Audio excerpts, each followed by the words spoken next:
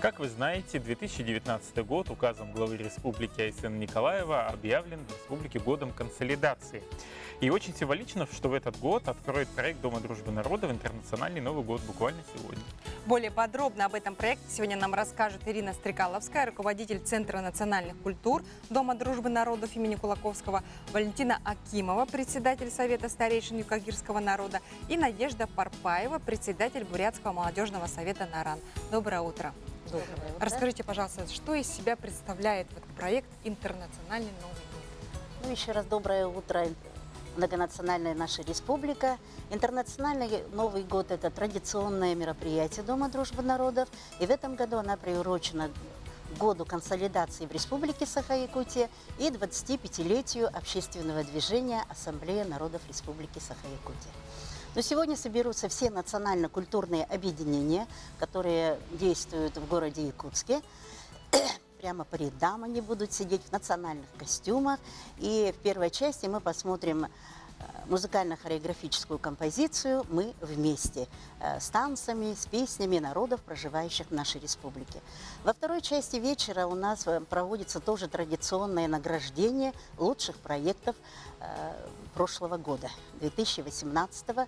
Это национально-культурное объединение проводит много мероприятий, да, но мы выбираем самые лучшие, и они будут награждены дипломами «Лучший проект года 2018». Сегодня вы можете объявить хотя бы несколько имен, несколько проектов? Да, у нас все коренные малочисленные народы Севера будут награждены. У них очень много проектов по сохранению языка, традиций, обычаев народов, проживающих на территории республики.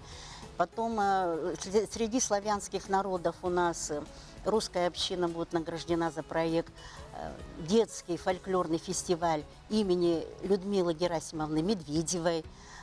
Потомки государевых явчаков будут награждены за проект «Первый межрегиональный форум потомков государевых ямщиков по следам государевых ямщиков». Также будут награждены у нас две общины за участие в волонтерских проектах «Твори добро». Это таджикская община Саманьон, кыргызская община Интымак. Более как раз мы 20. сейчас видим на экране ряд тех проектов, которые представляете. Надежда, вы какой проект будете представлять в рамках этого? Нам посчастливилось в 2018 году съездить на международный фестиваль «Алтаргана-2018». Это всебурятский фестиваль, где собираются все буряты со всего мира.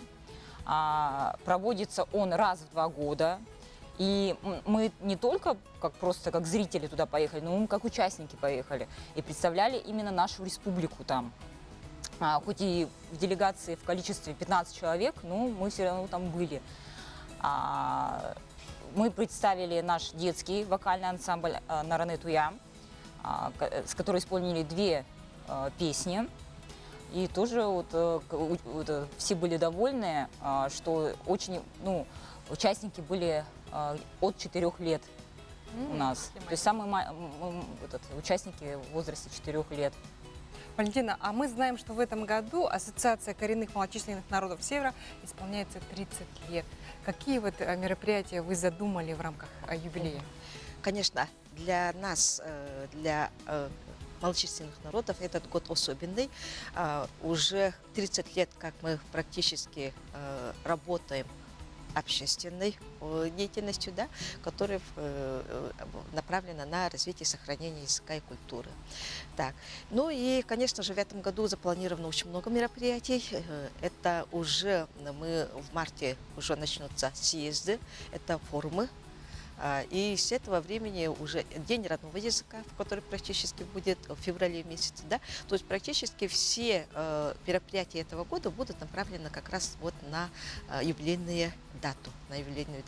И национальные праздники у нас будут проводить. И проекты, мы уже готовим различные проекты, да, каждая ассоциация имеет очень много задумок для того, чтобы сохранить свою культуру и свои обычаи.